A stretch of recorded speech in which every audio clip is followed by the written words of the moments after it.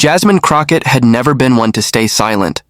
As a rising figure in Congress, she was known for her sharp tongue, quick wit, and unapologetic style. Whether it was a hearing or a Twitter thread, if something didn't sit right with her, she'd say it, and she wouldn't sugarcoat it. So when legal news surrounding the former president began dominating headlines again, Crockett didn't wait for press statements or party-line talking points. She opened her phone, typed a short, punchy post on X, formerly Twitter, and hit send. In her view, it wasn't just about reacting, it was about leading the conversation. "You think you're above the law? We're coming for you. You'll learn accountability, one indictment at a time." The post was blunt, not speculative, not cautious, not wrapped in polite political language. It was a direct shot across the bow, unmistakably targeted and intentionally provocative. Within minutes, the tweet began to spread. Her followers, many of them young progressives and political activists, shared it enthusiastically. Replies poured in with fire emojis, applause gifs, and messages of support. The comment section filled with users cheering her on for finally saying what needed to be said. In their eyes, she was fearless, someone willing to call out power without hesitation. Cable news shows picked it up before the evening was over. Political analysts, eager to break down every new angle of the growing legal saga, pointed to her post as part of the larger Democratic narrative. Headlines appeared on political blogs and online publications. Articles praised her for being bold while also questioning whether such a direct threat might inflame tensions even further. For a brief moment, she had captured a spotlight usually reserved for more senior lawmakers. And while that spotlight came with admiration from supporters, it also came with sharp criticism from opponents and a few cautious voices within her own party. Some moderate Democrats were quick to distance themselves from the comment. One unnamed aide was quoted in a political newsletter saying, "There's a difference between holding someone accountable and escalating a public feud." But Crockett didn't flinch. In interviews that followed, she doubled down. When asked whether she regretted the tone or message of her post, she replied with characteristic confidence. "Let's be clear. I said what I said. If folks are more worried about my words than the behavior I'm calling out, they're focusing on the wrong issue." To her, the controversy proved a point, that there was still discomfort in certain corners of government, with women, especially women of color, speaking directly and without apology. She framed the pushback not as criticism of decorum, but as evidence of how power reacted when it felt threatened. Her social media following grew overnight. She gained thousands of new followers. Her inbox filled with requests for interviews, comments, sound bites. Progressive podcasts and advocacy groups invited her to speak. It wasn't just a tweet anymore. It had become a moment. But not all attention was supportive. Opposing media outlets used the tweet to reinforce their narrative of division and hostility in politics. Some even accused her of using inflammatory rhetoric for political gain. Commentators debated whether her language was irresponsible, especially considering the ongoing nature of the legal proceedings. Still, in those early hours, before any formal response had come, it seemed like Crockett had seized a unique position. She wasn't just reacting to the headlines, she was inserting herself into the center of them. That tweet, brief as it was, had managed to capture the complexity of American politics in just a few lines. Frustration, defiance, partisanship, and a hunger for justice, all wrapped into a message that couldn't be ignored. And while her words were being analyzed and argued over in studios and editorial rooms across the country, she remained unfazed. Her stance was clear. Silence wasn't an option. And when power seemed unaccountable, calling it out wasn't just acceptable, it was necessary. When Donald Trump finally responded to Jasmine Crockett's viral tweet, many expected the usual. A blistering post on Truth Social, packed with insults, sarcasm, and counterattacks. After all, that was the style people had come to expect from him. Confrontational, loud, unapologetic. But what followed was something else entirely. The video appeared on his official Truth Social page late in the evening, less than a day after Crockett's post had exploded across the internet. The setting was simple. Trump was walking through One of the corridors at Mar-a-Lago, wearing a navy suit without a tie, holding a cup of coffee. The background was quiet, the lighting natural.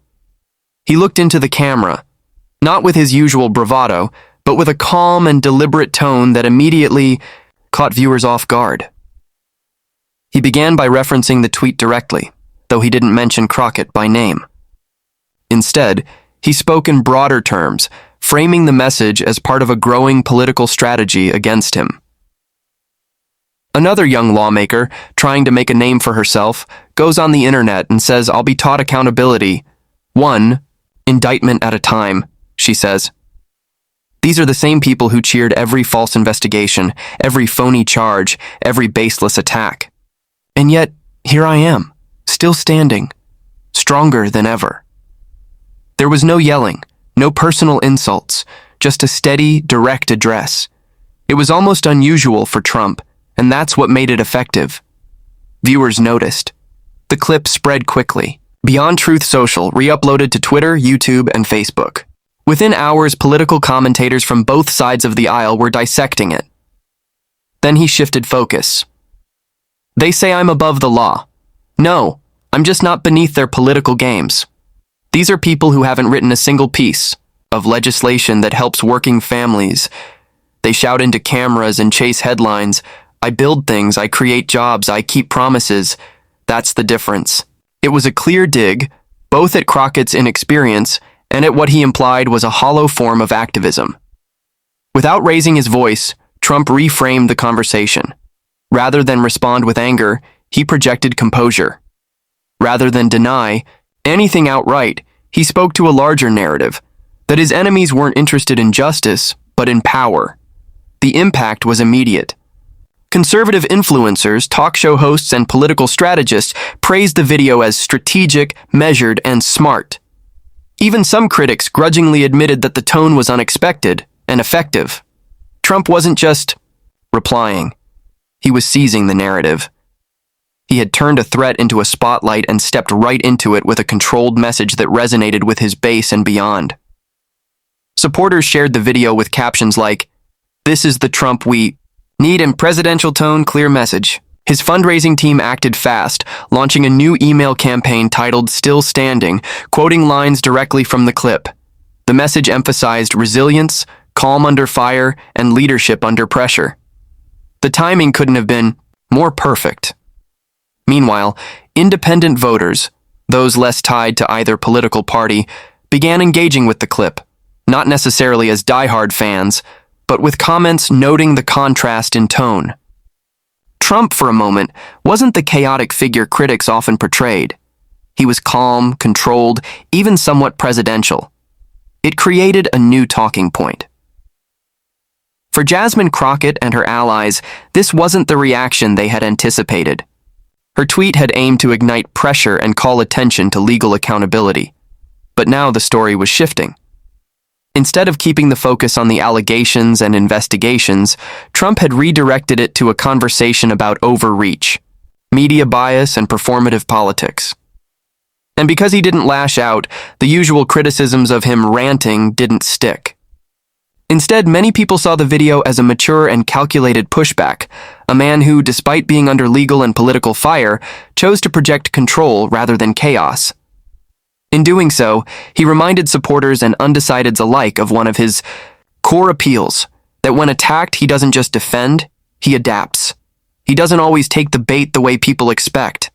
And when he pivots to a more composed tone, it disrupts the usual cycle of outrage, forcing even opponents to reassess. After Donald Trump's calm and pointed video response went public, the political conversation began to shift in a way Jasmine Crockett likely hadn't anticipated.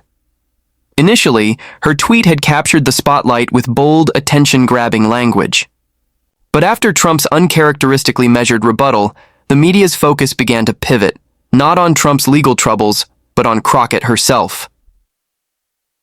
Almost overnight, news outlets and political commentators began examining her record more closely. Major networks that had initially praised her blunt tone started asking a different question. Who exactly is Jasmine Crockett, and what has she accomplished during her time in Congress? Cable news panels discussed her voting record and committee participation. Editorials appeared, some supportive, but others critical. It wasn't that people were turning against her necessarily, but the tone became more analytical, less celebratory, more inquisitive. Crockett, who had used her platform to direct criticism at Trump, now found herself in the position of having to answer questions about her own legislative impact. What had she done, policy-wise? What bills had she sponsored or co-sponsored? Had she delivered tangible results for her constituents? These weren't right-wing talking points. They were questions posed by mainstream outlets simply responding to the wave of attention now, centered on her. And it didn't stop at formal media. Social media began to reflect the same shift. Users began posting screenshots of her congressional voting record, analyzing her floor speeches, and sharing clips of past interviews.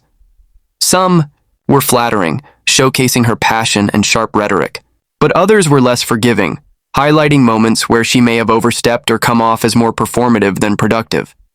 The shift wasn't necessarily hostile, but it was noticeable.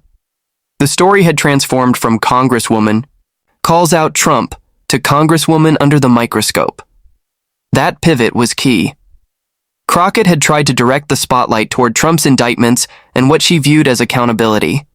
Instead, her comments unintentionally invited scrutiny of her own role within Congress. Then came a particularly bad break. An old clip from a closed-door committee session surfaced. In the video, which had originally gone largely unnoticed, Crockett was seen making a dismissive comment about a Republican colleague during a tense ethics discussion. The context was ambiguous, but the optics weren't great. While it had nothing to do with her tweet about Trump, it began to circulate widely online, tied to narratives about professionalism, temperament, and leadership. Conservative media had a field day with the resurfaced footage, using it to reinforce their criticism of her tweet. But what caught Crockett and her team off guard was that even neutral and center-left commentators started raising eyebrows. The question wasn't just about her tone, but about whether her style, while fiery, was undermining her effectiveness as a lawmaker. Meanwhile, Trump continued using the attention to his advantage. With Crockett now in the media's crosshairs, he didn't have to say much more. The narrative had begun to unfold naturally. The very person who tried to ignite outrage around him was now being asked to explain her own public behavior. It's not that Crockett lost all support. Many on the progressive side continued to defend her and applauded her courage to speak out. But even some of her allies acknowledged that the viral tweet may have shifted the conversation in an unhelpful direction. One Democratic strategist anonymously told a reporter, "There's a way to call out bad behavior without drawing the spotlight onto yourself." Unfortunately, that line got blurred. What made the situation more difficult for Crockett was the timing.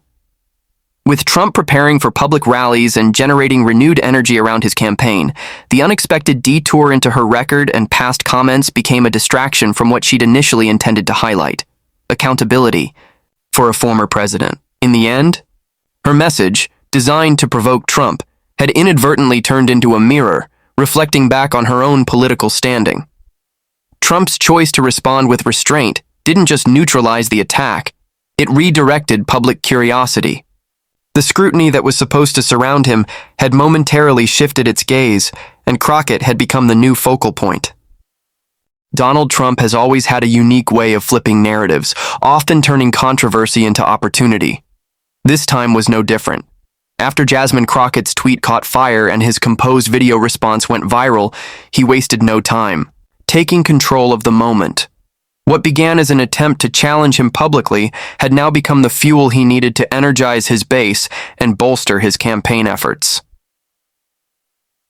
The morning after his video response, Trump's team launched a new fundraising campaign titled "Still Standing." The slogan was pulled directly from a line in his video and positioned him as someone who, despite being targeted by political opponents, continued to remain strong and unshaken. It was a simple phrase, but it resonated deeply with his supporters, especially those who felt the system was rigged against him. The campaign wasn't subtle. Emails went out to his mailing list with subject lines like, "They want me gone," and "They fear the comeback." Inside the messages, Trump framed Crockett's comments as yet another example of political overreach. He didn't attack her personally in the emails. Instead, he used her tweet as a symbol, what he called proof that the left will do anything to stop me. That framing worked. Donations poured in. Within 24 hours, the campaign raised over $3 million, an astonishing figure, especially considering it had been triggered by a single tweet and a 3-minute response video. It was a reminder that Trump didn't just weather storms, he leveraged them. On social media, his supporters rallied around the narrative. Hashtags like X Still Standing and Trump 2024 trended across conservative platforms. Memes featuring his video quotes, paired with images of him walking confidently through Mar-a-Lago, circulated widely. His base viewed the moment as more than just political theater. They saw it as validation. Every attack, every threat, every attempt to bring him down, in their eyes, only made him more resilient. Trump used the momentum not only to fundraise, but also to reinvigorate his messaging. At a campaign stop just days later, he referenced the incident directly. "They thought a tweet could take me down.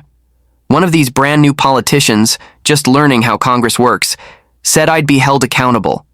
I've been held accountable more times than most of these people have held a pen, and I'm still here." The crowd erupted. He wasn't just deflecting criticism, he was redefining it as a badge of honor. The attack had become a talking point, one he could repeat again and again as proof that his opponents were desperate. Crockett's tweet, once intended to signal political strength, had instead become a backdrop to Trump's own narrative of endurance. And as Trump continued to campaign, he brought the story up not with venom, but with a kind of practiced ease. It was a rhetorical tool, a reminder to his audience that the political establishment still saw him as a threat, and that their efforts to silence him only gave him more power. What struck many observers was how swiftly and effectively Trump flipped the script. While the original tweet had focused on legal accountability and consequences, Trump turned it into a symbol of unjust targeting. He didn't need to argue the facts, he simply needed to highlight what he framed as an unfair obsession with his downfall. Even those outside his core base noticed the shift. Independent voters who might not have agreed with everything he said still found something compelling in his resilience. To them, the story wasn't just about Trump versus Crockett. It was about one public figure refusing to be cornered by criticism, refusing to be silenced, and using that pressure to his advantage. In the end, Trump showed once again that he understood political energy, how to read it, how to respond to it, and most importantly, how to redirect it. Crockett may have wanted to put him on the defensive, but instead, he used the moment to reassert control, re-energize his movement, and reshape the conversation around strength, survival, and momentum. The clash between Jasmine Crockett and Donald Trump was more than just a moment of political friction. It became a case study in how narrative, tone, and public perception can shift rapidly in today's political landscape. What started as a bold, unapologetic tweet aimed at holding Trump accountable turned into a chain reaction that placed both figures under the public microscope, though with very different outcomes. For Jasmine Crockett, the tweet was an expression of conviction, the kind of fiery rhetoric that resonated with a segment of the progressive base. She tapped into the frustration many Americans feel when powerful figures appear to evade consequences. But what she may not have fully anticipated was how that same boldness could draw intense scrutiny, not just toward her target, but back onto her own record, her style, and her political strategy. In a matter of hours, she went from being a trending voice online to being the subject of serious questions about her leadership approach.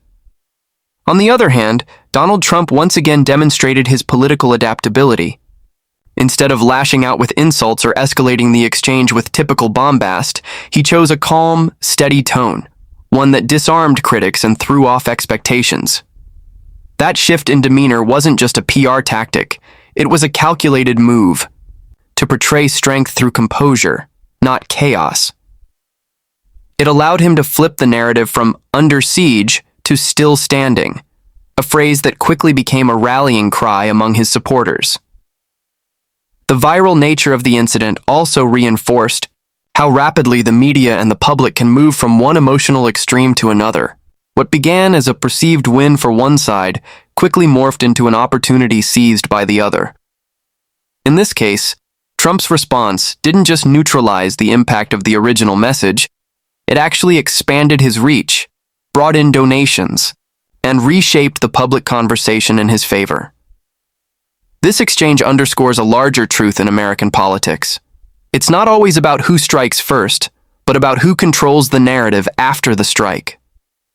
Crockett's call for accountability may have been genuine and passionate, but Trump's ability to absorb that criticism and redirect it toward his own political goals showed just how potent narrative control can be. In the end, both figures walked away with something. Crockett amplified her profile and signaled that she was unafraid to challenge the most powerful figures in politics. Trump, meanwhile, capitalized on the moment to reinforce his central message, that he is constantly targeted, yet continually enduring. It's a message that, whether his critics like it or not, still holds power with a significant portion of the American electorate. Moments like this don't just fade, they leave echoes. They reveal the strengths, blind spots, and instincts of public figures in real time. And in a political arena where perception often shapes reality, the ability to turn conflict into momentum remains one of the most valuable tools a politician can